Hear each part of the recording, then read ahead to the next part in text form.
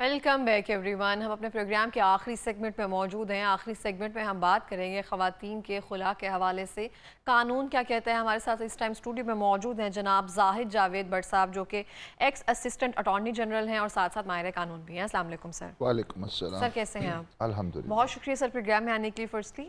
Secondly سر میں آپ سے جاننا چاہتی ہوں خواتین کی خلا کے حوالے سے قانون کیا کہتا ہے؟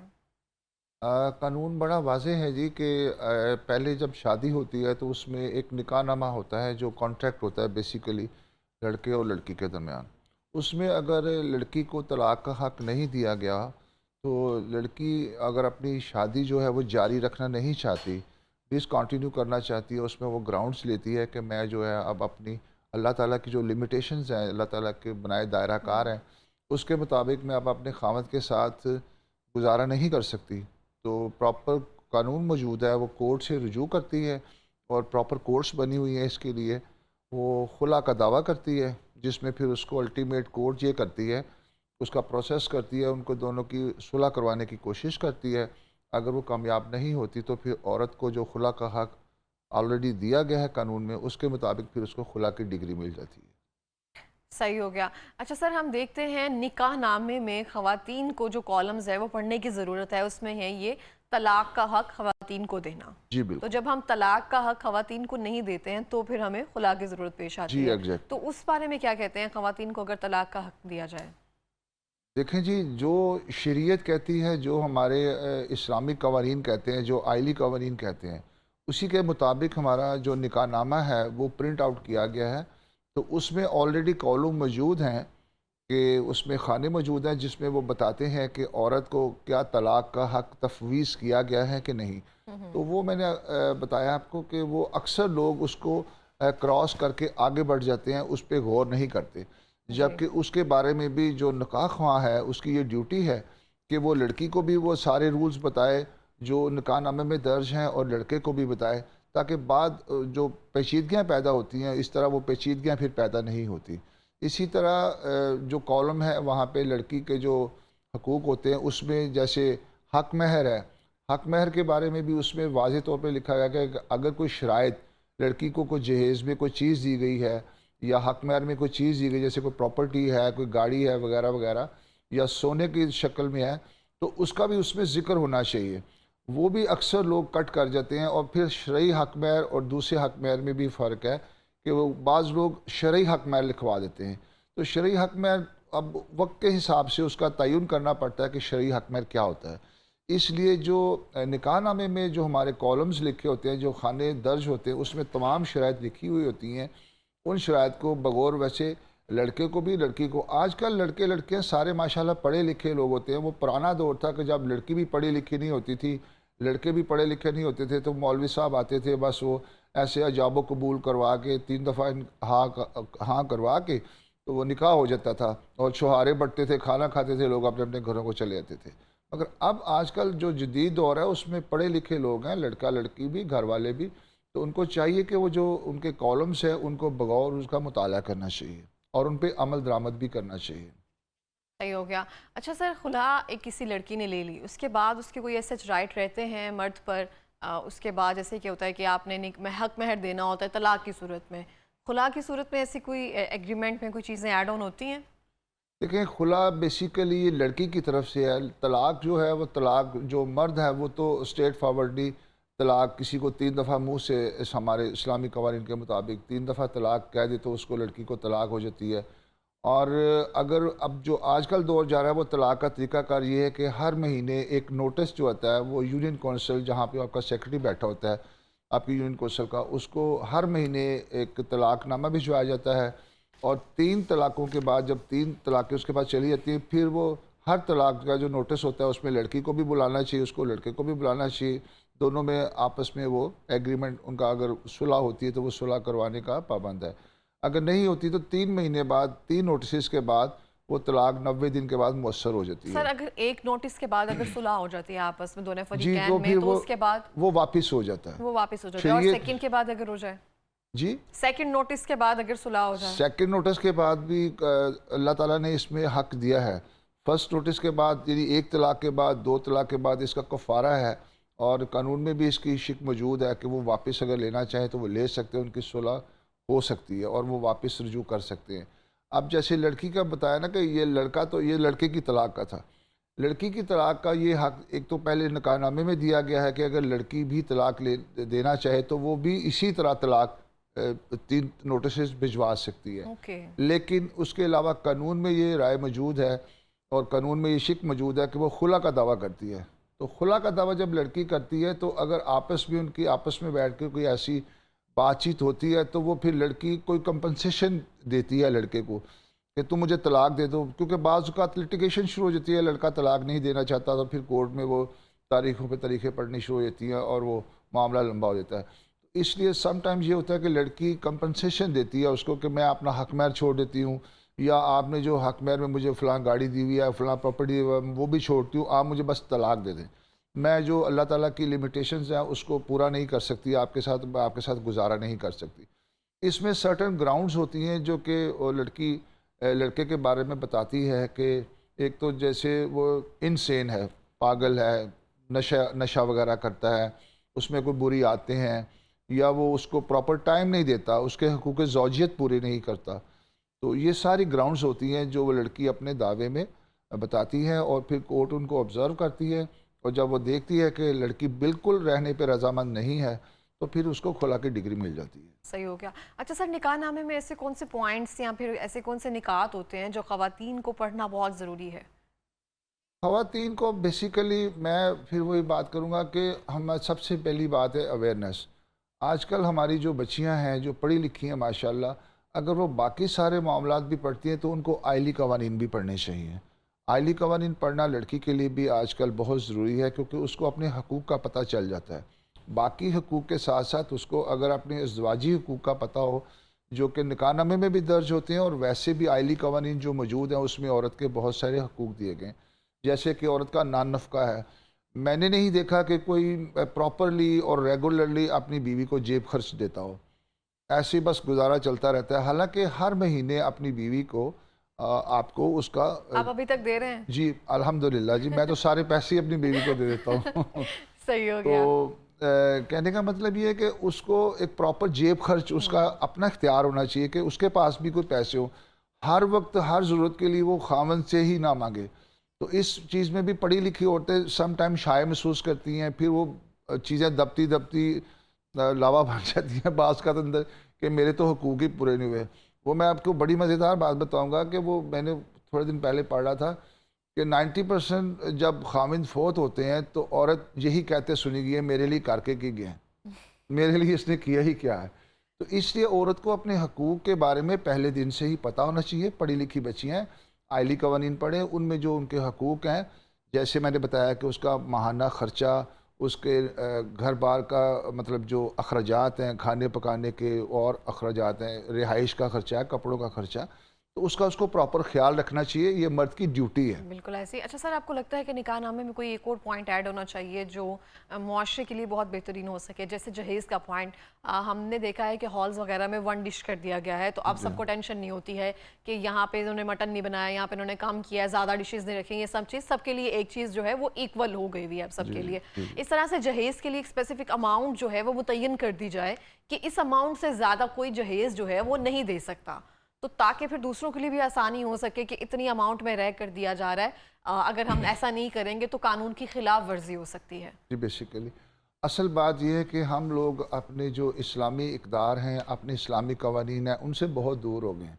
بہت ساری صحابہ کرام کی مثالیں، نبی پاک صلی اللہ علیہ وسلم کی بیٹی کی شادی کی مثالیں ہمارے سامنے موجود ہیں، ان کا کیا حق مہر تھا، انہوں نے کیا دیا تھا۔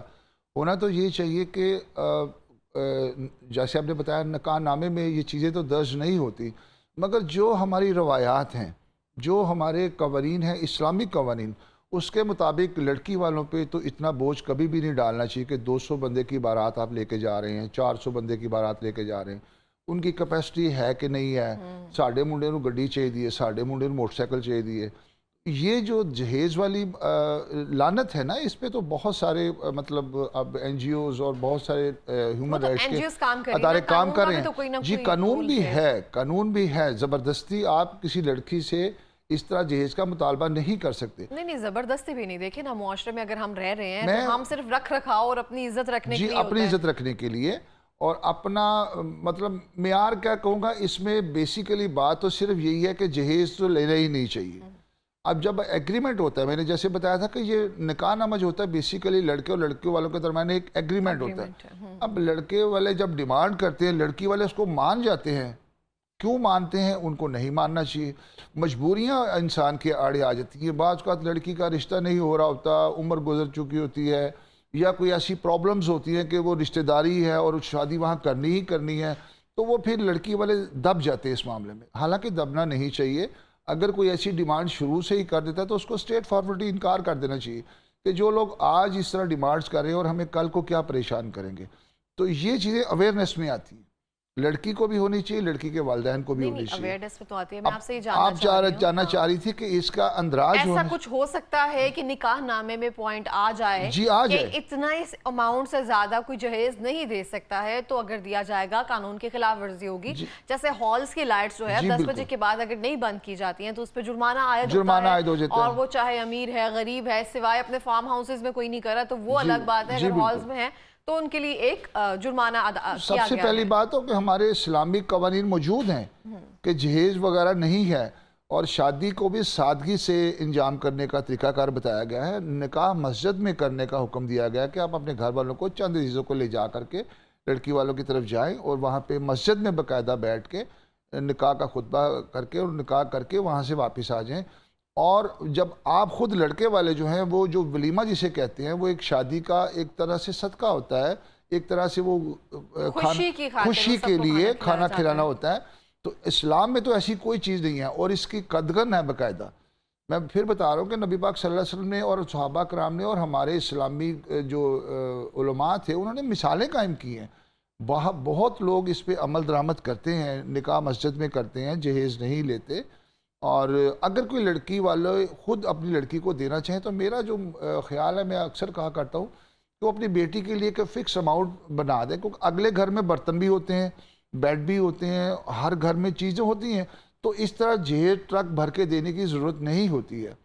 لڑکی والے بھی بعض اوقات خود بھی زیادتی کر جاتے ہیں دکھاوے کے لیے کہ ہم نے اپنی لڑکی کی شادی کی, ہم نے گاڑی دی, ہم نے پلاٹ دیے, تو یہ دکھاوا ہے بیسیکلی سارا یہ نمائش, یہ تصنع, یہ چیزیں ہمارے معاشرے میں نہیں ہونی چاہیے اور نہیں ہوتی تھیں. ہم لوگوں نے دیکھا دیکھی, ہندوؤں کی دیکھا دیکھی اپنے ہمسایہ ملک کے اندر جو رسومات ہیں وہ ہمارے اسلام میں تو نہیں ہیں. یہ ساری رسومات ہم نے دوسرے لوگوں سے اغیار سے اپنائی ہیں. ہماری جو اسلامی روایات ہیں وہ بہت سادہ ہیں. شادی ایک بندھن ہے, ایک بڑا اچھا مقدس رشتہ ہے میاں بیوی کا. وہ جب آپس میں بنتا ہے رشتہ تو آگے آپ کی نسل نے بننا ہوتا ہے, آگے بہت ساری چیزیں جنم لیتی ہیں. تو اس کو خیال کرنے کے لیے اگر ہم اللہ تعالیٰ کے احکامات پہ عمل کریں گے تو انشاءاللہ تعالیٰ شادی کامیاب بھی ہوتی ہے اور لڑکا لڑکی سکھی بھی رہتے ہیں, ان کی اچھی اولاد ہوتی ہے. بالکل. اس طرح سے آخر میں کوئی پیغام دینا چاہیں گے؟ میرا پیغام صرف یہی ہے کہ قوانین اور خاص طور پہ اسلامی قوانین, ہم لوگ اسلامی قوانین سے بہت دور چلے گئے ہیں جس سے ہمارے معاشرے میں بگاڑ پیدا ہوا ہے اور ہم لوگ اپنے اسلامی شعائر سے, اسلامی قوانین سے دور ہوتے چلے جا رہے ہیں اور اس کا خمیازہ اور نقصان بھی ہم بھگت رہے ہیں. بالکل اس طرح سے. اچھا سر, اسلامی قانون سے مجھے یاد آیا, اگر ہم دیکھا جائے قانون جب بھی کسی ملک میں بنایا جاتا ہے تو ہماری جو اسلامی تعلیمات ہے اس کو مد نظر رکھ کے یا اس کو سامنے رکھ کر ہی ہم شاید یہ ہمارے پاکستان کے آئین میں سب سے پہلے اس کے انٹرو میں لکھا ہے کہ پاکستان میں ایسا کوئی قانون نہیں بنایا جائے گا جو اسلامی قوانین سے متصادم ہو.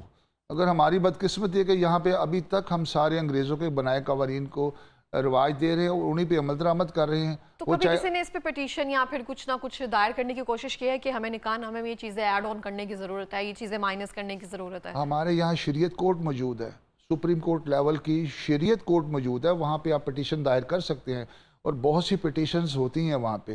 اب دیکھیں وہ جو وراثت والا معاملہ تھا, دادا کی وراثت سے پوتے کو حصہ ملنا چاہیے کہ نہیں ملنا چاہیے, اگر درمیان میں اس کا والد فوت ہو چکا ہے تو وہ شریعت میں تو بنتا ہے مگر وہ سپریم کورٹ میں ابھی تک وہ پٹیشن پینڈنگ ہے. وہاں پہ پٹیشن جاتی ہیں مگر وہ آگے سپریم کورٹ میں چلی جاتی ہیں تو پھر وہ دنیاوی قوانین میں لے آتے ہیں سارے. ہمارے جو حاوی ہیں وہ اسلامی قوانین ہونے چاہیے, مگر ہماری بدقسمتی کہ یہاں پہ ہم پہ انگریز کے بنائے قوانین حاوی ہیں اور ہمارے اسلامی قوانین تھوڑے پیچھے چلے تو گئے۔ ایسا ریزن کیا ہے اس بات کی؟ ہم عمل درآمد نہیں کرتے، ہم کمزور لوگ ہیں۔ ایسے تو بہت ساری چیزیں ایسی ہیں جن کے قانون تو موجود ہیں، ہر چیز کا قانون جی بے موجود ہے، شک، عمل لیکن درآمد امپلیمنٹیشن نہیں ہے۔ امپلیمنٹیشن، وہ تو میں ہمیشہ کہتا ہوں کہ ہمارا امپلیمنٹیشن کی بہت ضرورت ہے۔ آپ اگر اخلاقیات کو مد نظر نہیں رکھیں گے، اسلامی قوانین میں جیسے ہمسائے کے حقوق ہیں اور ماں باپ کے حقوق ہیں، اولاد کے حقوق ہیں، اگر آپ ان کو عمل درآمد کریں گے تو آپ کو کسی اور قوانین پہ عمل درآمد کرنے کی ضرورت ہی نہیں ہے۔ آپ اخلاق سے بولیں گے، پیار سے بولیں گے، اچھے طریقے سے لوگوں کو ملیں گے، ہر ایک دوسرے کا خیال رکھیں گے، جیسے اسلام میں زکوٰۃ کا نظام ہے، مساوات کا نظام ہے۔ تو اگر یہ چیزیں ہوں تو ہمیں تو کسی اور قانون کی ضرورت ہی نہیں ہے۔ اللہ تعالیٰ نے اتنے پیارے قوانین بنائے ہیں اسلام میں۔ اچھا سر، آپ کے پاس کیسز آتے ہوں گے بہت سارے، ان میں خلا کے کیسز میں زیادہ تر خواتین کی شکایت کیا ہوتی ہے آج کل کے دور میں؟ جیسے کہ ہم سب کو ایک اویئرنیس آ چکی ہے کہ اگر وہاں پہ رہنا مشکل ہو گیا ہے، اگر ہمارا گزارا وہاں پہ نہیں ہے تو خلا جیسا راستہ موجود ہے، اس کو ہم اختیار کر سکتے ہیں۔ جی ہاں۔ لیکن جو آپ کے پاس آتے ہوں گے ریزنز، ان میں میجرلی کیا آتی ہیں؟ میجرلی ایک تو بہت پرانا سسٹم چلا آ رہا ہے، ساس بہو کا جھگڑا۔ جو لڑکیاں آج کل کی اگر تھوڑی سی بھی ساس اس کے ساتھ روڈ رویہ رکھتی ہے یا اس کی کہنا نہیں مانتی یا اس کے مطابق کام نہیں کرتی تو ساس بہو کا جھگڑا یہ ازلوں سے چلا آ رہا ہے۔ اور یہ وہی والا معاملہ کہ ساس بھی کبھی بہو تھی، اگر وہ یہ سمجھ جائے تو کبھی بھی یہ معاملہ نہیں ہوتا۔ دوسرا اہم معاملہ ہوتا ہے کہ جو رشتہ دار ہوتے ہیں نا، لڑکے ہو کہ لڑکی ہو، وہ ایک دوسرے کو ان کو بہکاتے رہتے ہیں، ان کی باتوں میں نہیں آنا چاہیے۔ وہ باتیں ہم نے بہت ساری دیکھی ہیں کہ رشتہ داروں کی بنائی ہوئی باتیں وہ لڑکی لڑکے کے درمیان جھگڑا پیدا کرتی ہے، ان کا ذہن خراب کرتی ہیں۔ اور تیسری جو اہم وجہ ہے وہ معاش کی ہے۔